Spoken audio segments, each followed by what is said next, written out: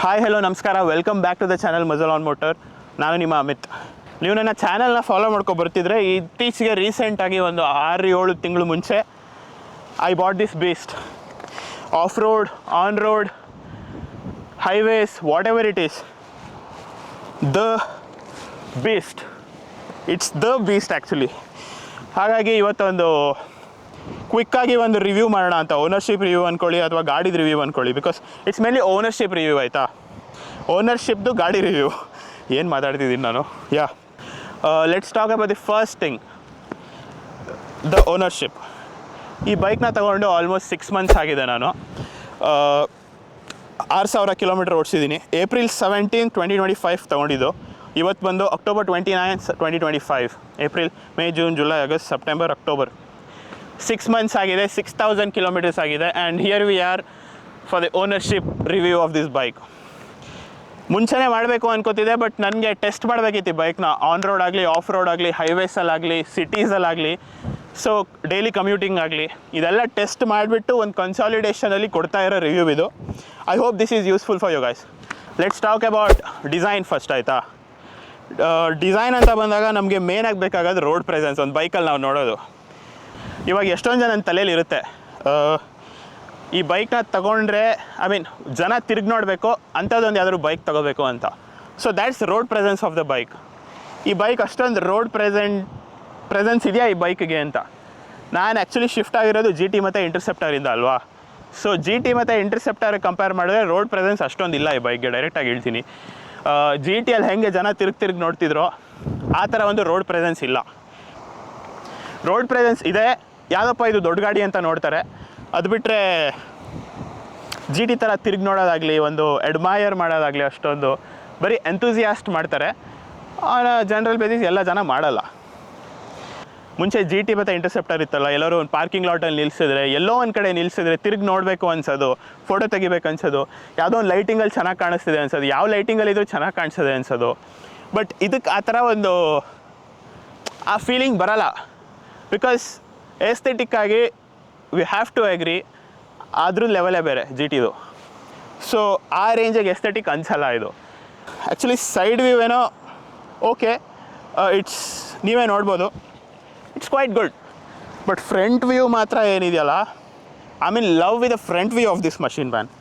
Like ಏನಂತಾರೆ, ಆ tower ಥರ ಹೆಡ್ಲೈಟ್ ಆಗಿರ್ಬೋದು, ಈ ವಿಂಡ್ಶೀಲ್ಡ್ ಆಗಿರ್ಬೋದು, ನನಗೆ ಇದು ಒಂಥರ ಹೆಂಗೆ ಕಾಣುತ್ತೆ ಗೊತ್ತಾ, ಒಂದು ಯಕ್ಷಗಾನದ್ದು ಈ ಥರ ಕಾಣುತ್ತೆ ನನಗೆ. ಆಮೇಲೆ ಆ ಫ್ರಂಟ್ ಬೀಕ್ ಅನ್ನೋದೇನಿದೆಯೋ ಗಾಡಿಗೆ ಒಂದು ಅಗ್ರೆಷನ್ನ ಆ್ಯಡ್ ಮಾಡುತ್ತೆ. ಫ್ರಂಟ್ ಬಗ್ಗೆ ಮಾತಾಡೋಂಗಿಲ್ಲ. ರಿಯರಲ್ಲಿ ನನಗೆ ಆ್ಯಕ್ಚುಲಿ ಸ್ವಲ್ಪ ಡಿಸಪಾಯಿಂಟ್ಮೆಂಟ್ ಅನಿಸುತ್ತೆ, because it doesn't look like a big bike from the back side. Could have been better. Like personally ನಂಗೆ ಹಿಮಾಲಯನ್ದು ಬ್ಯಾಕ್ ರಿಯರ್ ವ್ಯೂ ತುಂಬ ಇಷ್ಟ ಆಯಿತು. ಆಮೇಲೆ ಇದ್ರ ಮೆಟೀರಿಯಲ್ ಬಂದುಬಿಟ್ಟು ಇದೇನೋ it's not plastic, it's not fibre, it's some other material. ಹೇಗೆ ಅಂದರೆ ನಿಮಗೆ ಇಂಪ್ಯಾಕ್ಟ್ ರೆಸಿಸ್ಟೆಂಟ್ ಮೆಟೀರಿಯಲ್ ಅಂತ ಇದು. ಹಾಗಾಗಿ ಏನು ಬಿದ್ದರೆ ಇಂಪ್ಯಾಕ್ಟಾಗಿ ಒಡೆದೋಗಲ್ಲ, ಏನಾಗಲ್ಲ ಅಂತ ಹೇಳ್ತಾರೆ. ನಾನಂತೂ ಖಂಡಿತವಾಗ್ಲೂ ಟೆಸ್ಟ್ ಮಾಡಿಲ್ಲ. ಬಟ್ ಒಂದು ಸ್ವಲ್ಪ ನಿಮಗೆ ಕಲೆ ಕೊಡುತ್ತೆ. ಆ್ಯಕ್ಚುಲಿ ವೈಟ್ ಕಲರ್ ಮೇಲೆ ನಿಮ್ಗೆ ನೀಟಾಗಿ ಕಾಣಿಸ್ತಿರ್ಬೋದು, ಕಲೆ ಕೊಡುತ್ತೆ. ಅದು ಬಿಟ್ಟರೆ it's all fine. Coming to the next point, the engine ಮತ್ತು ರಿಫೈನ್ಮೆಂಟ್ ಏನಿದೆಯೋ ಅದ್ರ ಬಗ್ಗೆ ಮಾತಾಡೋಣ. Engine and performance. 398.6 cc engine, okay 399 cc ಇಂಜಿನ್ನು. ನನಗೆ ಎಕ್ಸಾಕ್ಟ್ ಫಿಗರ್ಸ್ ಗೊತ್ತಿಲ್ಲ ಟಾರ್ಕ್ ಮತ್ತು ಪವರ್ದು. ಬಟ್ ಟಾರ್ಕ್ ಏನು ಹೇಳಬಲ್ಲೆ ಅಂದರೆ, ಇನಿಷಿಯಲ್ ಥ್ರಾಟಲ್ ರೆಸ್ಪಾನ್ಸ್ ಮಾತ್ರ ಖತರ್ನಾಕಾಗಿದೆ. ಹೆಂಗೆ ಹೇಳಿ, ಇವಾಗ ಘಾಟ್ ಸೆಕ್ಷನಲ್ಲಿ ಏನಾದ್ರು ನೀವು ಓವರ್ಟೇಕ್ ಮಾಡ್ತಿದ್ದೀರಾ, ಸಡನ್ನಾಗಿ ಎದುರುಗಡೆಯಿಂದ ಗಾಡಿ ಬಂತು, ಆ ಗ್ಯಾಪಲ್ಲಿ ನೀವು ಓವರ್ಟೇಕ್ ಮಾಡಿಬಿಡ್ಬೋದು. ಆಲ್ರೆಡಿ ಓವರ್ಟೇಕ್ ಮಾಡ್ತಿದ್ರೆ ಅಷ್ಟು ಕಾನ್ಫಿಡೆನ್ಸ್ ಕೊಡುತ್ತೆ ನಿಮಗೆ ಅಂತ ಹೇಳಬಲ್ಲೆ. ಆಮೇಲೆ 0 to 100 ಅದೆಲ್ಲ you can't expect that from me, because I am not that kind of rider. ಎಷ್ಟೊಂದು ವೀಡಿಯೋಗಳಿರುತ್ತೆ, ದಯವಿಟ್ಟು ಅದನ್ನು ನೋಡಿ ನೀವು ಒಂದ್ಸಲಿ, ನಿಮಗೆ ಐಡಿಯಾ ಬರುತ್ತೆ. 0 to 60, 0 to 100, 0 to 120, 0 to 150 ಆಗಿರ್ಬೋದು. ಅದೆಲ್ಲ ನೀವು ಟಾಪ್ ಸ್ಪೀಡ್ ಕೇಳಬೇಕು ಅಂದರೆ ನಾನು ಹೋಗಿರೋದು 156, ಅದಕ್ಕಿಂತ ಮೇಲೆ ಹೋಗಿಲ್ಲ ನಾನು. ಸೊ ಹೋಗ್ಬೋದೇನೋ. For my body weight I think 156 is a really good number, because ಹತ್ತತ್ರ 110 kgs ಇದ್ದೀನಿ ನಾನು. ಸೊ ಇಫ್ ಯು ಲೈಟ್ ಇನ್ನೊಂದು ಸ್ವಲ್ಪ ಜಾಸ್ತಿ ಹೋಗ್ಬೋದೇನೋ. ನೆಕ್ಸ್ಟ್ ಪಾರ್ಟ್, ವೈಬ್ರೇಷನ್ಸ್ ಬಗ್ಗೆ ಮಾತಾಡೋಣ. ಆಫ್ಕೋರ್ಸ್ GT ಮತ್ತು ಇಂಟರ್ಸೆಪ್ಟರ್ ಅಷ್ಟು ರೀಫೈನ್ಡ್ ಇಂಜಿನಿಂದ ಇದಕ್ಕೆ ಶಿಫ್ಟ್ ಆಗಿರೋದ್ರಿಂದ ವೈಬ್ರೇಷನ್ಸ್ ಆಫ್ಕೋರ್ಸ್ ಫೀಲ್ ಆಗುತ್ತೆ. ನಿಮ್ಗೆ ಹ್ಯಾಂಡಲ್ ಬಾರ್ಸಲ್ಲಿ ಅಷ್ಟು ಫೀಲ್ ಆಗೋಲ್ಲ, ಬಟ್ ಇದು ಪ್ಲಾಸ್ಟಿಕ್ ಪಾರ್ಟ್ಸಲ್ಲೆಲ್ಲ ಸ್ವಲ್ಪ ಜಾಸ್ತಿ ಫೀಲ್ ಆಗುತ್ತೆ. ಇದೇನು ಮೆಟೀರಿಯಲ್ ಗೊತ್ತಿಲ್ಲ, ಫೈಬರ್ ಪಾರ್ಟ್ಸ್ ಅನ್ನೋಣ ಸದ್ಯಕ್ಕೆ. ಸ್ವಲ್ಪ ಜಾಸ್ತಿನೇ ವೈಬ್ರೇಷನ್ಸ್ ಕಾಣಿಸುತ್ತೆ. ಎಲ್ಲದಕ್ಕಿಂತ ಜಾಸ್ತಿ ಅಂದರೆ ಫುಡ್ ಪ್ಯಾಕ್ ಗುರು. ಇಟ್ಸ್ ಅ ವೈಬ್ರೇಟರ್, ತಮಾಷೆನೇ ಮಾಡ್ತಿಲ್ಲ, ಅಷ್ಟು ವೈಬ್ರೇಟ್ ಆಗುತ್ತೆ ಫುಟ್ ಪೆಗ್ಸ್. ಪರವಾಗಿಲ್ಲ ಆ್ಯಕ್ಚುಲಿ. ಸ್ಟಾರ್ಟಿಂಗ್ ತೊಗೊಂಡಾಗ ವೈಬ್ರೇಷನ್ಸ್ ಜಾಸ್ತಿ ಇತ್ತು, ಫಸ್ಟ್ ಸರ್ವಿಸ್ ಸೆಕೆಂಡ್ ಸರ್ವಿಸ್ ಆದಮೇಲೆ ವೈಬ್ರೇಷನ್ಸ್ ಕಮ್ಮಿ ಆಗಿದೆ, ನಾಟ್ ಬ್ಯಾಡ್. ಇವಾಗ ಮೇನ್ ಪಾರ್ಟಿಗೆ ಬರೋಣ, the mileage and efficiency of the bike, ಆಯಿತಾ. ಸೊ ಫ್ಯೂಲ್ ಟ್ಯಾಂಕ್ ಬಂದು ಇದ್ರದ್ದು 14.5 ಲೀಟರ್ಸ್ ಫ್ಯೂಲ್ ಟ್ಯಾಂಕ್ ಕೊಟ್ಟಿದ್ದಾರೆ. ಸೊ ನಿಮ್ಗೆ ಒಂದು ಆ್ಯಾವ್ರೇಜ್ ಹೈವೇಲಿ ನಾರ್ಮಲ್ ಒಂದು 90 to 110 ಈ ರೇಂಜಲ್ಲಿ ಕ್ರೂಸ್ ಮಾಡ್ತೀರಾ, like if you are hitting the sweet spot ಅಂದರೆ ನಿಮಗೊಂದು 34 ತನಕ ಕೊಡುತ್ತೆ mileage. That's what I have got. 34 ತನಕ ಕೊಟ್ಟಿದೆ ಮೈಲೇಜ್ ನನಗೆ. ಸೊ 34 ಅಂದರೆ ನಿಮ್ಗೆ ಹತ್ತತ್ರ ಒಂದು 400 ಕಿಲೋಮೀಟರ್ಸ್ ರೇಂಜ್ ಇದೆ ಬೈಕ್ದು. Yeah, that's it. ನಿಮ್ಗೆ ಆಫ್ ರೋಡಿಂಗಲ್ಲಿ ಅಥವಾ ಸಿಟೀಸಲ್ಲಿ you can't expect mileage, because ನನಗೆ ಸಿಕ್ಕಿರೋ ಮೈಲೇಜ್ ಬಂದು ಹತ್ತತ್ರ 15-16 ಸಿಕ್ಕಿದೆ, 15-16 ಸಿಕ್ಕಿರೋದು ಮೈಲೇಜ್ ನನಗೆ ಸಿಟೀಸಲ್ಲಿ. ಇವಾಗ ಮಾತಾಡೋಣ ದ ಮೇನ್ ಪಾರ್ಟ್, ಇವಾಗ ದ ರೈಡ್ ಕ್ವಾಲಿಟಿ ಮತ್ತು ಹ್ಯಾಂಡ್ಲಿಂಗ್. ಈ ರೈಡ್ ಕ್ವಾಲಿಟಿ ಸ್ಟಾರ್ಟ್ ಹೆಂಗೆ ಮಾಡೋಣ? Suspensions of course, because Indian roads ಅಂತ ಬಂದಮೇಲೆ ನಿಮಗೆ ಯು ಕಾಂಟ್ ಎಕ್ಸ್ಪೆಕ್ಟ್ ಬೆಣ್ಣೆ ಥರ ರೋಡ್ಸ್ ಎಲ್ಲ ಕಡೆ ಸಿಗೋಲ್ಲ ನಿಮಗೆ. ಎಲ್ಲ ಒಂದು ಸ್ವಲ್ಪ ದಿಸ್ ವೇವಿ ರೋಡ್ಸ್ ಅಥವಾ ಅರ್ಧಂಬರ್ಧ ಮುರಿದೋಗಿರೋದು, ಈ ರಿಪೇರ್ ಆಗಿರೋ ರೋಡು, ಪ್ಯಾಚ್ ಇರೋ ರೋಡು ಅಂಥದ್ದೇ ಸಿಗುತ್ತೆ. ರೈಡ್ ಕ್ವಾಲಿಟಿ ಮಾತ್ರ ಬೆಣ್ಣೆಗುರು. ಸೊ ಯಾಕಂದರೆ ಅಡ್ಜಸ್ಟಬಲ್ ಸಸ್ಪೆನ್ಷನ್ ಇರೋದ್ರಿಂದ ನೀವು ಪ್ಯೂರ್ ಆಫ್ ರೋಡಿಂಗ್ ಮಾಡ್ತಿದ್ದೀರಾ ಅಂದರೆ ಒಂದು ಸೆಟ್ಟಿಂಗಲ್ಲಿ ಇಟ್ಕೋಬೋದು, ಬಿಕಾಸ್ ಕಂಪ್ರೆಷನ್ ಮತ್ತು ರಿಬೌಂಡು ನಿಮಗೆ ಏನಂತಾರೆ ಅಡ್ಜಸ್ಟೇಬಲ್ ಸಸ್ಪೆನ್ಷನ್ ಇರೋದ್ರಿಂದ the ride quality is top notch. ಆಮೇಲೆ ಗಾಡಿ ವೇಟ್ ಡಿಸ್ಟ್ರಿಬ್ಯೂಷನ್, KTMದು ವೇಟ್ ಡಿಸ್ಟ್ರಿಬ್ಯೂಷನ್ ಬಗ್ಗೆ ಯಾರೂ ಕ್ವೆಶನ್ ಮಾಡೋಂಗೇ ಇಲ್ಲ. ಈ ವೇಟ್ ಡಿಸ್ಟ್ರಿಬ್ಯೂಷನ್ ಅನ್ನೋದು ಎಲ್ಲಿ ಮ್ಯಾಟ್ರ್ ಆಗುತ್ತೆ ಗೊತ್ತಾ ನಮಗೆ? ಆ್ಯಕ್ಚುಲಿ ಈ ಕಾರ್ನರಿಂಗ್ ಮಾಡ್ತೀವಲ್ಲ, ಅಲ್ಲಿ ಆ್ಯಕ್ಚುಲಿ ಫೀಲ್ ಆಗುತ್ತೆ ನಮಗೆ ದ ಈಸ್, ಲೈಕ್ ದ ಮೆನ್ಯೂವರಿಂಗ್ ಮಾಡ್ತೀವಿ ಈ ಸಿಟೀಸಲ್ಲೂ ಅಷ್ಟೇ, ಸಡನ್ನಾಗಿ ಓವರ್ಟೇಕ್ ಮಾಡ್ಕೊಂಡು ಹೋಗೋದು, ಆ ಪಾಯಿಂಟಲ್ಲೆಲ್ಲ ನಿಮ್ಗೆ ಆ್ಯಕ್ಚುಲಿ ಗೊತ್ತಾಗುತ್ತೆ ಡಿಫ್ರೆನ್ಸ್, ದ ರೈಡ್ ಕ್ವಾಲಿಟಿ ಎಷ್ಟು ಪ್ರೀಮಿಯಮ್ ಆಗಿದೆ ಅನ್ನೋದು. So that's about the ride quality and suspensions. ಎರಡು ಅಡ್ಜಸ್ಟೇಬಲ್ ಸಸ್ಪೆನ್ಷನ್ ಆಗಿರೋದ್ರಿಂದ they have done a really good job WP Apex ಅವರು, no question about it man. ಅದು ಕ್ವೆಶನ್ ಮಾಡೋಂಗೇ ಇಲ್ಲ ಇದ್ರದ್ದು ಸಸ್ಪೆನ್ಷನ್ಸ್ಗೆ. ಸೊ ಸಸ್ಪೆನ್ಷನ್ಸ್ ಆಯಿತು. ಇವಾಗ ಕಾನ್ಫಿಡೆನ್ಸ್ ಬೇಕು ಅಂದರೆ ನಮ್ಗೆ ಇನ್ನೊಂದು ಮೇನ್ ಕಾಂಪೊನೆಂಟ್ ಇದೆ ಅಲ್ಲಿ, ಬ್ರೇಕ್ಸ್. KTM ಮತ್ತು ಬ್ರೇಕಿಂಗ್ ಬಗ್ಗೆ ಮಾತಾಡೋ ಅವಶ್ಯಕತೆನೇ ಇಲ್ಲ ಅನಿಸುತ್ತೆ. ಬೈಬ್ರೆ ಬ್ರೇಕ್ಸ್ ಎರಡು ಡಬಲ್ ಡಿಸ್ಕ್ ಆಗಿರೋದ್ರಿಂದ ಟಾಪ್ ನಾಚ್. ಇವಾಗ ಆಲ್ಮೋಸ್ಟ್ 6,500 ಕಿಲೋಮೀಟರ್ ಆಯಿತು. 6,000 ಕಿಲೋಮೀಟರ್ಗೆ ಸರ್ವಿಸ್ ಮಾಡಿಸಿದ್ದೆ ನಾನು, ಸೆಕೆಂಡ್ ಸರ್ವಿಸು. ಇನ್ನು ಬ್ರೇಕ್ ಪ್ಯಾಡ್ಸ್ ಏನು ಚೇಂಜ್ ಮಾಡೋದು ಬೇಡ ಅಂತ ಹೇಳಿದ್ರು, ಇನ್ನೂ ಚೆನ್ನಾಗಿದೆ ಅಂತ ಹೇಳಿದ್ರು. ಸೊ ಒಂದು ನನ್ನ ಪ್ರಕಾರ ಒಂದು 10,000 ತನಕ ಬರುತ್ತೆ brake pads, sintered brake pads. Expensive actually, 2,500 ಮೇಲೆ ಇದೆ. So that's about braking and the ABS. ನಿಮಗೆ ABS ಮೋಡ್ಸ್ ಬಗ್ಗೆ ಮಾತಾಡ್ತೀನಿ, ಬಿಕಾಸ್ ABS ಆನ್ ಆಫ್ ಮಾಡೋ ಆಪ್ಷನ್ ಇರೋದ್ರಿಂದ ಬ್ರೇಕಿಂಗ್ದು ಆ ಪಾರ್ಟ್ನ ಅಲ್ಲಿ ಮಾತಾಡ್ತೀನಿ. ಇವಾಗ ಗಾಡಿಯಲ್ಲಿ ಮೋಡ್ಸ್ 3 ಮೋಡ್ಸ್ ಕೊಟ್ಟಿದ್ದಾರೆ ಆಯಿತಾ. ಸೊ ಮೇನ್ಲಿ ಗಾಡಿದು ನಿಮಗೆ ಫುಲ್ ಪೊಟೆನ್ಷಿಯಲ್ ತಿಳ್ಕೊಬೇಕು ಅಂದರೆ ಆಫ್ ರೋಡ್ ಮೋಡ್, ಆಮೇಲೆ ನಿಮಗೆ ಈ ಸ್ಟ್ರೀಟ್ಸ್ಗೆ ಎಲ್ಲ ನೀಟಾಗಿ ಬ್ಯಾಲೆನ್ಸ್ ಆಗಿರಬೇಕು ಅಂದರೆ ಸ್ಟ್ರೀಟ್ ಮೋಡ್, ಆಮೇಲೆ ತುಂಬ ರೇನಿ ಅಥವಾ ವೆಟ್ ಸಿನಾರಿಯೋದಲ್ಲಿ ಸಿಕ್ಕಾಕೊಬಿದ್ದಿದ್ದೀರಾ, ತುಂಬ ಸ್ಲಿಪರಿ ಸಿನಾರಿಯೋದಲ್ಲಿ ಅಂದರೆ ರೇನ್ ಮೋಡ್. ಬಟ್ ನಿಮಗೆ ಗಾಡಿದು ಫುಲ್ ಪೊಟೆನ್ಷಿಯಲ್ ಗೊತ್ತಾಗೋದು ಆಫ್ ರೋಡ್ ಮೋಡಲ್ಲೇ, ಬಿಕಾಸ್ ಥ್ರಾಟಲ್ ರೆಸ್ಪಾನ್ಸ್ ಇದೆಯಲ್ಲ ಗಾಡಿದು, ಹಾಗೆ ಎಗರು ಬಿಡುತ್ತೆ ನೀವು ಒಂದೇ ಸಲ ಎಕ್ಸೆಟ್ರ್ ಕೊಟ್ಟರೆ. ಆಮೇಲೆ ಅದನ್ನೇ ಸ್ವಲ್ಪ ಇಷ್ಟು ಒಂದು ಸ್ವಲ್ಪ ಫೀಚರ್ಸ್ ಕಟ್ ಡೌನ್ ಮಾಡಿ ಸ್ಟ್ರೀಟ್ ಮೋಡ್ ಅಥವಾ ರೇನ್ ಮೋಡ್ನ ತಂದಿರೋದವರು. And one of the major features ಬಗ್ಗೆ ಮಾತಾಡಲೇಬೇಕು ಈ ಗಾಡಿದು, ಕ್ರೂಸ್ ಕಂಟ್ರೋಲ್. ಒಂದು 95 ಹಾಕ್ಬಿಟ್ಟು ಕ್ರೂಸ್ ಕಂಟ್ರೋಲ್ ಸೆಟ್ ಮಾಡಿಬಿಟ್ರೆ ಸಾಕು ಗುರು, ಹೈವೇ ಎಲ್ಲ ಅಥವಾ ಸ್ವಲ್ಪ ಕರ್ವಿರೋ ರೋಡಲ್ಲಿ ಜೀವನ ಪಾವನ ಅನ್ಸ್ಬಿಡುತ್ತೆ. ಏನು ಆರಾಮಾಗಿ ಖುಷಿಯಾಗಿ ಹೋಗ್ಬೋದು ಗೊತ್ತಾ ಆ್ಯಕ್ಚುಲಿ. ಯಾ, ಕ್ರೂಸ್ ಕಂಟ್ರೋಲ್ ನಾನು ಸ್ಟಾರ್ಟಿಂಗಲ್ಲಿ ತುಂಬ ಕ್ವೆಶನ್ ಮಾಡಿದೆ, ಇಂಡಿಯನ್ ರೋಡ್ಸಿಗೆ ಬೇಕಾಗುತ್ತಾ, ಬಿಕಾಸ್ 5 ನಿಮಿಷಕ್ಕೂ ಯಾರಾದರೂ ಬರ್ತಾರೆ, ಏನೋ ಒಂದು ಅಡ್ಡ ಬರುತ್ತೆ ಪ್ರಾಣಿ. Nothing like that. Cruise control ಕ್ರೇಜಿಯಾಗಿ ವರ್ಕ್ ಆಗುತ್ತೆ, ತಮಾಷೆನೇ ಮಾಡ್ತಿಲ್ಲ ನೀವು. If you are thinking cruise control use ಆಗುತ್ತಾ ಇಲ್ವಾ ಅನ್ನೋದೊಂದು ಕ್ವೆಶನ್ ನಿಮ್ಮಲ್ಲಿದ್ದರೆ ಅಳಿಸ್ಬಿಡಿ. It is a necessity part. So cruise control ಇರೋದ್ರಿಂದ ಜೀವನ ಆರಾಮಾಗಿದೆ ಇವಾಗ. ಆ್ಯಕ್ಚುಲಿ ನನಗೆ ತುಂಬ ಮಜಾ ಬರ್ತಿದೆ ಲಾಂಗ್ ರೈಡ್ಸಲ್ಲಿ. ನಿಮಗೆ ಕೈ ನೋವು ರಿಸ್ಟ್ ನೋವು ಏನೂ ಬರ್ತಾ ಇಲ್ಲ ಅಷ್ಟೊಂದು ನನಗೆ. Let's talk about the next part, that's practicality of this bike. ಅಂದರೆ ನಿಮಗೆ ಕಂಫರ್ಟ್ ಮತ್ತು ಪ್ರಾಕ್ಟಿಕ್ಯಾಲಿಟಿ ಅಷ್ಟೊಂದು ಇದೆಯಾ ಈ ಬೈಕಲ್ಲಿ ಅಂತ. ಸ್ಟಾರ್ಟ್ ಹೆಂಗೆ ಮಾಡೋಣ? Let's start with the rider and pillion comfort. ನೀವು ನನ್ನ ಹೈಟ್ ಬಂದು 6'2" ಆಯಿತಾ. ಸೊ ನನಗೇನಾಗುತ್ತೆ, ಇದಂತಲ್ಲ ಯಾವುದೇ ಬೈಕ್ ಆದರೂ ಪಿಲಿಯನ್ನ I won't prefer it, because ನನಗೆ ಮುಂದೆ ಹಿಂದೆ ಓಡಾಡೋಕ್ಕೆ ಜಾಗ ಬೇಕು. ನಂದು ಲೆಗ್ಸ್ ಎಲ್ಲ ಸ್ವಲ್ಪ ಉದ್ದ ಇರೋದ್ರಿಂದ ಒಂದ್ಸಲ ಇಲ್ಲಿ ಕೂತ್ಕೋತೀನಿ, ಒಂದು ಸ್ವಲ್ಪ ಹಿಂದೆ ಬರ್ತೀನಿ. So I wouldn't prefer a pillion. But up to 5'10", ನೀವೊಂದು 5'10" ತನಕ ಹೈಟ್ ಇದ್ದರೆ ಇಟ್ಸ್ ಕ್ವೈಟ್ ಕಂಫರ್ಟಬಲ್. ಅದೇನು ಮ್ಯಾಟ್ರ್ ಆಗಿಲ್ಲ. ಬಿಕಾಸ್ ಹಿಂದೆಗಡೆ ಪಿಲಿಯನ್ ಕೂತ್ಕೊಂಡ್ರು ಅಷ್ಟೇ. ನಾನು ತೋರಿಸ್ತೀನಿ ಒಂದ್ಸಲ ಕೂತ್ಕೊಂಡು. ಸೊ ನಾನು ಉದ್ದ ಇರೋದ್ರಿಂದ ಏನಾಗುತ್ತೆ, ನನ್ನ ಕಾಲಿಗೆ ಇಲ್ಲಿ ಸ್ಪೇಸ್ ಬೇಕಾಗಿರೋದ್ರೆ ನಾನು ಸ್ವಲ್ಪ ಹಿಂದೆ ಕೂತ್ಕೋತೀನಿ. That's I don't prefer a pillion. If ನೀವು 5'10" ತನಕ ಇದ್ದರೆ ಏನು ಮ್ಯಾಟ್ರ್ ಆಗಲ್ಲ ಅನಿಸುತ್ತೆ. So this is how it looks on me. ಕಾಣಿಸ್ತಾ ಇರ್ಬೋದು, ಇಷ್ಟೇ ಚಿಕ್ಕ ಜಾಗ ಸಿಗ್ತಿದೆ ಪಿಲಿಯನ್ಗೆ. ಆ್ಯಕ್ಚುಲಿ ನೀವು ಒಂದು 5'10" ಇದ್ದರೆ ಯು ಕ್ಯಾನ್ ಸಿಟ್ ಲೈಕ್ ಒಂದು ಸ್ವಲ್ಪ ಮುಂದೆ ಬಂದು ಹಿಂಗೆ ಕೂತ್ಕೊಂಡ್ರೆ ಅಷ್ಟೊಂದು ಮ್ಯಾಟ್ರ್ ಆಗಲ್ಲ. ಸೊ ಕಂಫರ್ಟ್ ಇದೆ ಪಿಲಿಯನ್ಗೂ. ಒಂದ್ಸಲ ಕುಳಿಸ್ಕೊಂಡಿದ್ದೀನಿ ನನ್ನ ಫ್ರೆಂಡ್ನ, ಅವನೇನು ಕಂಪ್ಲೇಂಟ್ ಮಾಡಿಲ್ಲ. ಕಂಪ್ಲೇಂಟ್ ಮಾಡಿದ್ದು ಸೀಟ್ ಬಗ್ಗೆ. ಸೊ ದ್ಯಾಟ್ಸ್ ಆ next point, the seat, cushioning and the seat one of the worst ಅಂತ ಹೇಳ್ಬೋದು. ಯಾಕಂದರೆ ಒಂಥರ ವೆಡ್ಜ್ ಥರ ಮಾಡಿದ್ದಾರೆ ಆಯಿತಾ. ನಿಮಗೆ ಈ ಥರ ಟೂರಿಂಗ್ ಬೈಕಿಗೆಲ್ಲ ಸೀಟ್ ಒಂದು ಸ್ವಲ್ಪ ಅಗಲ ಇರಬೇಕು, ಆಮೇಲೆ ಕುಷನಿಂಗ್ ಸ್ವಲ್ಪ ಜಾಸ್ತಿ ಇರಬೇಕು. ಎರಡೂ ಇಲ್ಲ ಇದರಲ್ಲಿ. ಸೊ ಸೀಟ್ ಬಗ್ಗೆ ಮಾತಾಡೋ ಅವಶ್ಯಕತೆ ಇಲ್ಲ, ಇಟ್ಸ್ ವರ್ಸ್ಟ್. ಆಫ್ ರೋಡ್ ಮಾಡ್ತೀರಾ ಅಂದರೆ one of the best seats. ಅದೇ ಥರ ನೀವು ಟೂರಿಂಗ್ ಮಾಡ್ತೀರಾ ಅಂದರೆ ನೀವು ಆ್ಯಕ್ಚುಲಿ ಕುಷನಿಂಗ್ ಎಲ್ಲ ಮಾಡಿಸ್ಕೊಳ್ಳೋದು ಬೆಟರು. ನೆಕ್ಸ್ಟ್ ಬಂದು ಮಿರರ್ ವಿಸಿಬಿಲಿಟಿ. ಈಗ ಸ್ಟಾಕಲ್ಲಿ ಒಂದು ಮಿರರ್ ಕೊಟ್ಟಿದ್ದಾರೆ ಗುರು. To be honest, one of the worst mirrors I've ever seen. Royal ಎನ್ಫೀಲ್ಡಲ್ಲಿ ಅಷ್ಟು ಅಲ್ಗಾಡಿದ್ರೂ ಅಷ್ಟು ವಿಸಿಬಿಲಿಟಿ ಇತ್ತು. ಇದೇನಾಗಿದೆ ಗೊತ್ತಾ, ಮಿರರು ಬರೀ ಹಾರಿಜಾಂಟಲಾಗಿ ಅಡ್ಜಸ್ಟ್ ಮಾಡ್ಕೊಳ್ಳೋ ಆಪ್ಷನ್ ಕೊಟ್ಟಿದ್ದಾರೆ, ವರ್ಟಿಕಲಾಗಿ ಮಾಡೋ ಆಪ್ಷನ್ ಕೊಟ್ಟಿಲ್ಲ. ಸೊ ಒಬ್ಬೊಬ್ಬರು ಹೈಟಿಗೆ ಒಂದು ಸ್ವಲ್ಪ ಅಡ್ಜಸ್ಟ್ಮೆಂಟ್ ಕೊಟ್ಟಿದ್ರೆ ಚೆನ್ನಾಗಿರೋದು. ಮಿರರ್ ಕ್ವಾಲಿಟಿ ಚೆನ್ನಾಗಿದೆ, ಐ ಮೀನ್ ಎಲ್ಲ ಫುಲ್ ಮೆಟಲ್ ಯೂಸ್ ಮಾಡಿರೋದು. ಬಟ್ ವಿಸಿಬಿಲಿಟಿನೇ ಇಲ್ಲ. ವಿಸಿಬಿಲಿಟಿ ಇಲ್ಲ ಅಂದರೆ ಯಾವ ಮಿರರ್ ಆದರೆ ಏನು ನಮಗೆ. ನೆಕ್ಸ್ಟ್ ಬಂದು ಗಾಡಿದು ground clearance. So adventure off roading, touring ಅಂತೆಲ್ಲ ಇಷ್ಟು ಮಾತಾಡ್ತೀವಿ. ಕ್ಲಿಯರೆನ್ಸ್ ಬಗ್ಗೆ ಮಾತಾಡಿಲ್ಲ ಆದರೆ ಈ ವಿಡಿಯೋಗೇನು ಜಸ್ಟಿಸೇ ಇರಲ್ಲ. ಅಫಿಷಿಯಲ್ ನಂಬರ್ ಗೊತ್ತಿಲ್ಲ ನನಗೆ ಕ್ಲಿಯರೆನ್ಸ್ ಎಷ್ಟು ಅಂತ. ಬಟ್ ಸಸ್ಪೆನ್ಷನ್ನ ಸಾಫ್ಟ್ ಕಡೆ ಇಟ್ಕೊಂಡು ಪಿಲಿಯನ್ ಕುಳಿಸ್ಕೊಂಡು ನನ್ನ ವೇಟ್ ಬಂದು ಒಂದು 110, ಅವನದು ಒಂದು 70 kg ಇತ್ತೇನು, ಪ್ಲಸ್ ಒಂದು 15 kg ಟಾಪ್ ಬಾಕ್ಸ್ ಹಾಕ್ಕೊಂಡು ಹೋಗಿದ್ದೀನಿ. ದೊಡ್ಡ ಹಂಪ್ಗಳನ್ನೂ ಹಾರಿಸಿದ್ದೀನಿ, ಎಲ್ಲೂ ತಾಗಿಲ್ಲ, ಏನೂ ಆಗಿಲ್ಲ. So ground clearance off road bike ಆಗಿರೋದ್ರೆ ತುಂಬ ಚೆನ್ನಾಗೇ ಕೊಟ್ಟಿದ್ದಾರೆ. ಎಕ್ಸಾಕ್ಟ್ ನಂಬರ್ ಗೊತ್ತಿಲ್ಲ, ಬೇಕಾದ್ರೆ ಇಲ್ಲಿ ಹಾಕ್ಬಿಡ್ತೀನಿ ಎಷ್ಟು ಅಂತ ನೋಡ್ಕೊಳ್ಳಿ. Talk about the next point, that's tech and features. Like the features, tech features.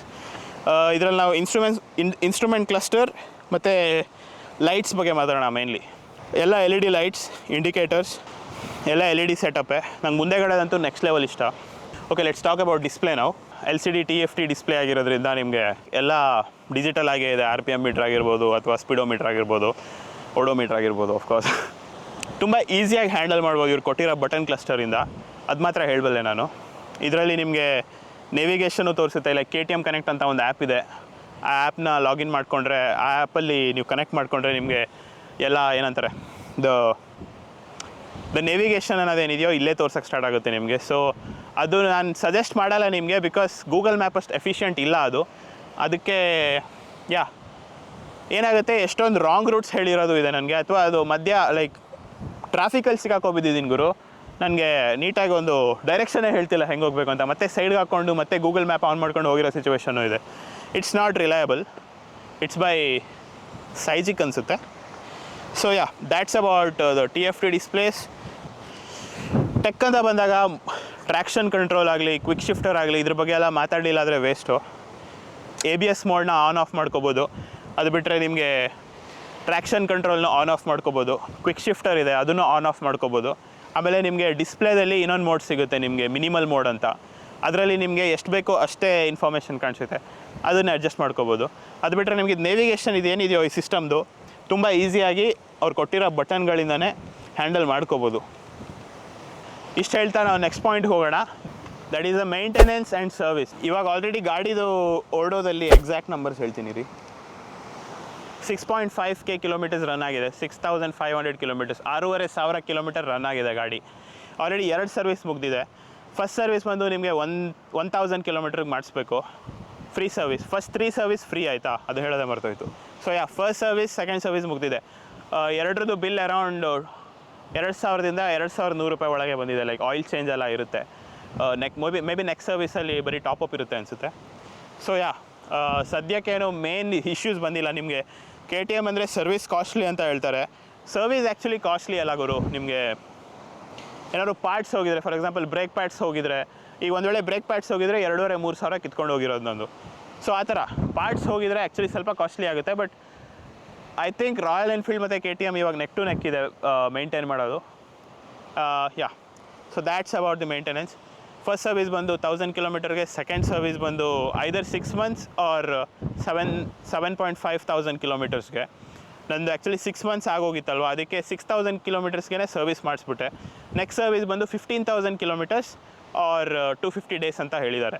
ಯಾವ್ದು ಫಸ್ಟ್ ಆಗುತ್ತೋ ಅದ್ರ ಬೇಸಿಸ್ ಮೇಲೆ ನೆಕ್ಸ್ಟ್ ಸರ್ವಿಸ್. ಫಸ್ಟ್ 3 ಸರ್ವಿಸಲ್ಲಿ ಲೇಬರ್ ಚಾರ್ಜಸ್ ಇರೋಲ್ಲ. ಇದನ್ನು ಹೇಳ್ತಾ will talk about a next point, that's the pricing. ಈ ಗಾಡಿದ ಎಕ್ಸಾಕ್ಟ್ ಹೆಸರು ಬಂದು KTM Adventure 390S 2025. ಎಸ್ ಅಂದರೆ ಸ್ಟ್ಯಾಂಡರ್ಡ್. ಇದು ನನಗೆ ಆನ್ ರೋಡ್ ಎಷ್ಟು ಬಿತ್ತು ಅಂದರೆ, ಎಕ್ಸಾಕ್ಟ್ ನಂಬರ್ಸ್ ಹೇಳಬೇಕು ಅಂದರೆ 4,71,300 something, 4,71,400 rupees. So next question ಬರೋದು, ಅಷ್ಟು ಕೊಟ್ಟು ತೊಗೊಂಡಿಲ್ಲ ವರ್ತಾ ಅಂತ. ಹೆಂಗೆ ಹೇಳಿ ಗುರು, ಒಂದೊಂದ್ಸಲಿ ಅನಿಸುತ್ತೆ ಇನ್ನೊಂದು 3,4 ಲಕ್ಷ ಕಮ್ಮಿ ಹಾಕಿದರೆ ಹಿಮಾಲಯನ್ ಸಿಕ್ಕಿರೋದು, ಅದರಲ್ಲೇ ಎಲ್ಲ ಮಾಡಿ ಮುಗಿಸ್ಬೋದಿತ್ತು ಅಂತ.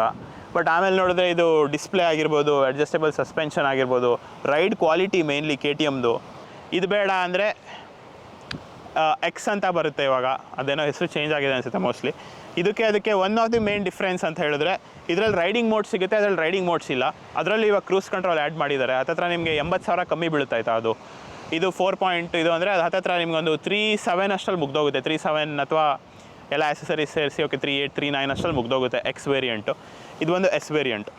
ಇದರಲ್ಲಿ ನಂಗೆ one of the main features, how can I forget it man, shit, tyres tubeless spoke ಸಿಗ್ತಾ ಇದೆ ಇದರಲ್ಲಿ, patented by KTM itself. ಅಂದರೆ ನಿಮಗೆ ಸದ್ಯದಲ್ಲಿ ಯಾವ ಬೈಕಲ್ಲೂ ಕಾಣಿಸೋಕ್ಕೆ, ಬೇರೆ ಯಾವ ಕಂಪನಿ ಬೈಕಲ್ಲೂ ಕಾಣಿಸೋಕ್ಕೆ ಸಿಗೋಲ್ಲ. Spoke wheels but it's tubeless. I mean ಸ್ಪೋಕ್ಸ್ದು ಸ್ಟ್ರೆಂತ್ ಇದೆ, ಟ್ಯೂಬ್ಲೆಸ್ದು ನಿಮಗೆ ರಿಲಯಬಿಲಿಟಿ ಇದೆ. ಮುಂದೆಗಡೆ 21 inch, ರಿಯರಲ್ಲಿ ನಿಮಗೆ 17 inch. 2 ಅಪೋಲೋ ಟ್ರಾಂಪ್ಲರ್ ಕೊಟ್ಟಿದ್ದಾರೆ. ಇವಾಗ ಫೈನಲಿ ನನ್ನ ಟೇಕ್, ಲೈಕ್ ನನ್ನ ಪ್ರಕಾರ ಪ್ರೋಸ್ ಆ್ಯಂಡ್ ಕಾನ್ಸ್ ಈ ಬೈಕಲ್ಲಿ. Let start with pros. Positive ಆಗಿ ಸ್ಟಾರ್ಟ್ ಮಾಡೋಣ. ಇಷ್ಟೋ ತನಕ ಹೇಳಿದೆಲ್ಲ ಪ್ರೋಸೇ, ಸೊ ಅದನ್ನೆಲ್ಲ ನೀವು ಪ್ರೋಸ್ ಅಂತ ಕನ್ಸಿಡರ್ ಮಾಡ್ಬೋದು. ಸೊ ಇಷ್ಟೋ ತನಕ ನಾನು ಹೇಳಿರೋದೆಲ್ಲ ನಿಮಗೆ ಒಳ್ಳೊಳ್ಳೆ ಪಾಯಿಂಟ್ ಹೇಳೋನಲ್ಲ ಗುರು ಅನಿಸಿರ್ಬೋದು. So let's talk about cons. ನನಗೇನೇನು ಇಷ್ಟ ಆಗಿಲ್ಲ ಈ ಗಾಡಿಯಲ್ಲಿ. ನನ್ನ ಹೈಟ್ ಬಂದು 6'2" ಆಯಿತಾ. ಇವಾಗ ತೋರಿಸ್ತೀನಿ. ಇವಾಗ ಗಾಡಿ ಮೇಲೆ ಕುತ್ಕೊಂಡು ಈ ಥರ ಲೈಕ್ ಈ ಪೊಸಿಷನಲ್ಲಿ ಕ್ರೂಸ್ ಮಾಡೋದಲ್ವ ನಾವು, ಎಲ್ಲ ಗಾಳಿ ಹಿಂಗೆ ಬಂದು ಹಿಟ್ಟಾಗಿ ಕರೆಕ್ಟಾಗಿ ನನ್ನ ಹಣೆಗೆ ಹಿಟ್ಟಾಗ್ತಾ ಇದೆ ಇಲ್ಲಿ. ಅದರಿಂದ ಏನಾಗುತ್ತೆ, ಹೆಲ್ಮೆಟಲ್ಲಿ ಸಿಕ್ಕಾಪಟ್ಟೆ ಬ್ಲಾಸ್ಟ್ ಬರ್ತಾ ಇದೆ. ಈ ಕಡೆನೂ ಅಷ್ಟೇ. ಈ ವಿಂಡ್ಶೀಲ್ಡ್ನ ಒಂದು ಸ್ವಲ್ಪ ದಪ್ಪ ಕೊಡಬೇಕಿತ್ತೇನೋ, ಬಿಕಾಸ್ ಈ ಸೈಡಿಂದ ಬಂದು ನಮ್ಗೆ ಹೆಲ್ಮೆಟ್ಗೆ ಹೊಡೆಯುತ್ತೆ ಗಾಳಿ. ಅದು one of the wind blast is one of the major drawbacks of this machine ನನ್ನ ಹೈಟ್ಗೆ. So if you are up to 5'10", 5'11" ತನಕ ಏನೂ ಪ್ರಾಬ್ಲಮ್ ಆಗಲ್ಲ ಅನಿಸುತ್ತೆ ನನಗೆ ಅನಿಸ್ದಂಗೆ. That's one of the major drawback. ಆಮೇಲೆ ಇನ್ನೊಂದು ಬಂದು ಅಡ್ವೆಂಚರ್ ಮತ್ತು ಆಫ್ ರೋಡ್ ಮಷಿನ್ ಅಂತ ಹೇಳ್ತಾರೆ. ಬಟ್ ಆಫ್ ರೋಡ್ ಮಷಿನ್ ಆದಾಗ ಗಾಡಿ ತುಂಬ ಸ್ಲೀಕ್ ಆಗಿರಬೇಕು. ಸ್ಲೀಕ್ ಆಗೇನೋ ಇದೆ, ಬಟ್ ಹಿಂದೆಗಡೆ ಏನಾಗುತ್ತೆ, ಜಂಪ್ ಎಲ್ಲ ಹರಿದಾಗ ಕಟ ಸೌಂಡ್ ಬರುತ್ತೆ ಇಲ್ಲಿ ಬ್ಯಾಟ್ರಿ ಕಂಪಾರ್ಟ್ಮೆಂಟಿಂದ. ಅದು ನಾನು ಶೋರೂಮಲ್ಲೆಲ್ಲ ಕೇಳಿದೆ ಅವ್ರ ಹತ್ರ, ಅದವರು ಅದೇನೂ ಮಾಡೋಕ್ಕಾಗಲ್ಲ ಸರ್, ಅಷ್ಟು ಸೌಂಡ್ ಬಂದೇ ಬರುತ್ತೆ ಅಂದರು. ಸೊ ನಿಮ್ಗೇನಾಗುತ್ತೆ, ಆಫ್ ರೋಡಿಂಗ್ ಮಾಡ್ತಾ ನಾನೇನು ಬೈಕ್ನ ಡ್ಯಾಮೇಜ್ ಮಾಡ್ತಿದ್ದೀನಿ ಅನ್ನೋ ಒಂದು ಕ್ವಶನ್ ಬರುತ್ತೆ. ಸೊ ಈ ಪಾರ್ಟಲ್ಲಿ ಅವ್ರದ್ದೇನೋ ಹಾರ್ನೆಸ್ಸಸ್ ಏನೋ, I think somethings wrong with it man. Even seat ಅಷ್ಟೇ, ಸೀಟು ಅಲ್ಗಾಡಕ್ಕೆ ಸ್ಟಾರ್ಟ್ ಆಗುತ್ತೆ. ಇದೆರಡು ಆ್ಯಕ್ಚುಲಿ ನನಗೆ ಅನಿಸಿದ್ದು ಮೇನ್ ಕಾನ್ಸ್. ಬೇರೆ ಏನೋ ಅಷ್ಟೊಂದು ಕಾನ್ಸ್ ಅನಿಸಿಲ್ಲ ನನಗೆ. ಸದ್ಯಕ್ಕೆ ತುಂಬ ಖುಷಿಯಾಗಿದ್ದೀನಿ. ರಿಗ್ರೆಟ್ ಅನ್ನೋದಿಲ್ಲ ಗಾಡಿ ತೊಗೊಂಡು. ವರ್ತ್ ಅನ್ನೋದು ಕ್ವೆಶ್ಚನ್ ಮಾರ್ಕ್ ಹಾಕಿದೆ, ಬಟ್ ರಿಗ್ರೆಟ್ ಅನ್ನೋದಂತೂ ಖಂಡಿತವಾಗ್ಲೂ ಇಲ್ಲ ನನಗೆ. One of the best choice ಮಾಡಿದ್ದೀನಿ ಅಂತ ಗೊತ್ತು. ಆಮೇಲೆ ನೆಕ್ಸ್ಟ್ ಪಾರ್ಟ್ ಬಂದು ನಾನೇನೇನು ಆ್ಯಸಸರೀಸ್ ಹಾಕ್ಸಿದ್ದೀನಿ ಅಂತ ಒಂದು ಹೇಳ್ಬಿಡ್ತೀನಿ. ಆ್ಯಸಸರೀಸ್ ಬಂದು ನಾನು ಹಾಕಿರೋದ್ರಲ್ಲಿ ಒಂದು ಮೇನ ಕ್ರ್ಯಾಶ್ ಗಾರ್ಡ್. ನಾನು ಸ್ಟಾರ್ಟಿಂಗಲ್ಲಿ ಗಾಡಿ ಶೋರೂಮಲ್ಲಿ ನೋಡೋಕೆ ಹೋದಾಗ ಕ್ರ್ಯಾಶ್ ಗಾರ್ಡ್ಸು ಕೊಡ್ತಾರೆ, ಸಂಪ್ ಗಾರ್ಡು ಕೊಡ್ತಾರೆ, ಇದನ್ನು ಕೊಡ್ತಾವ್ರೆ, ಇದೇನದು ಹ್ಯಾಂಡಲ್ ಬಾರ್ ಗಾರ್ಡ್ಸ್, ಏನದು ಹ್ಯಾಂಡ್ ಗಾರ್ಡ್ಸು ಕೊಡ್ತಾವ್ರೆ. ಏನು ಗುರು ಎಲ್ಲ ಕೊಡ್ತಾವ್ರೆ, ರಾಯಲ್ ಎನ್ಫೀಲ್ಡಲ್ಲಿ ನಾವೆಲ್ಲ ಸಪ್ರೇಟಾಗಿ ತೊಗೋಬೇಕಲ್ಲ ಅಂತ ಖುಷಿಯಾಗೋಯ್ತು. ಏನು ಎಲ್ಲ ಅದರಲ್ಲೇ ಇನ್ಕ್ಲೂಡ್ ಆಗ್ತಿದೆಯಲ್ಲ ಅಂತ ತಗೊಂಡ್ಮೇಲೆ ಗೊತ್ತಾಯ್ತು ಗುರು, ಇದು ಒಂದು ಸ್ವಲ್ಪ ನಿಂತಿದ್ದ ಗಾಡಿನ ಹಿಡಿಯೋಕೆ ಹೋಗಿ ಆಲ್ಮೋಸ್ಟ್ ಈ ಆ್ಯಂಗಲಿಂದ ಬಿದ್ದಿರೋದು. ಸ್ಟಾಕಲ್ಲಿ ಕೊಟ್ಟಿರೋ ಕ್ರ್ಯಾಶ್ ಗಾರ್ಡ್ ಏನಿದೆಯೋ ಡ್ಯಾಮೇಜ್ ಆಗಿಬಿಡ್ತು. ಅದಕ್ಕೆ ಆಗಿದಾಗಲಿ ಅಂತ ಅದೇ ವಾರದಲ್ಲೇ ಇದೊಂದು ಆರ್ಡ್ರ್ ಮಾಡಿ ಹಾಕ್ಸಿದೆ. ಇದ್ರ ಬಗ್ಗೆ ಮಾತಾಡ್ತೀನಿ, ಆ್ಯಕ್ಸಸರೀಸ್ ಬಗ್ಗೆ. ನಾನು ಹಾಕ್ಸಿರೋದು ಲಿಗಂಡ್ರಿ ಕಸ್ಟಮ್ ಅವರ crash guard. It's one of the best choice ಅಂತ ಹೇಳ್ಬೋದು ಮಾರ್ಕೆಟಲ್ಲಿ. ಅದು ಬಿಟ್ಟರೆ ಹಿಂದೆಗಡೆನೂ ಅಷ್ಟೇ ಲಿಗಂಡ್ರಿ ಕಸ್ಟಮ್ಸ್ ಅವ್ರದ್ದು ಗ್ರ್ಯಾಬ್ ರೈಲ್ ಹಾಕ್ಸ್ಬಿಟ್ಟು JB ರೇಸಿಂಗ್ ಅವ್ರದ್ದು ಟಾಪ್ ಬಾಕ್ಸ್ ಹಾಕ್ಸಿದೆ. ಬಿಕಾಸ್ ಲಿಗಂಡ್ರಿ ಕಸ್ಟಮ್ಸ್ ಅವ್ರದ್ದು ನನಗೆ ಸಿಕ್ಕಿಲ್ಲ ಟಾಪ್ ಬಾಕ್ಸ್, ಅಂದರೆ ಸ್ಟಾಕಲ್ಲಿ ಇರಲಿಲ್ಲ. So if you ask me, Legendary customs is the best. ತಮಾಷೆ ಮಾಡ್ತೀರಾ, it's not a sponsored video something. ನನಗೆ ಎಲ್ಲೂ ಒಂದು ರಸ್ಟು ಬಂದಿಲ್ಲ, ಏನೂ ಬಂದಿಲ್ಲ, ಏನೂ ಆಗಿಲ್ಲ. ಲೈಕ್ ಲಿಟ್ರಲಿ ಒಂದು ಸ್ಕ್ರ್ಯಾಚ್ ಕೂಡ ಇಲ್ಲ ಅಂತ ಹೇಳ್ಬೋದು. One of the best. They have ಏನಂತಾರೆ, they have done their job really well. ಗಾಳಿ ಎಲ್ಲಿಂದ ಬರ್ತಿದೆ ಅಂತಲೇ ಗೊತ್ತಾಗ್ತಿಲ್ವಲ್ಲ.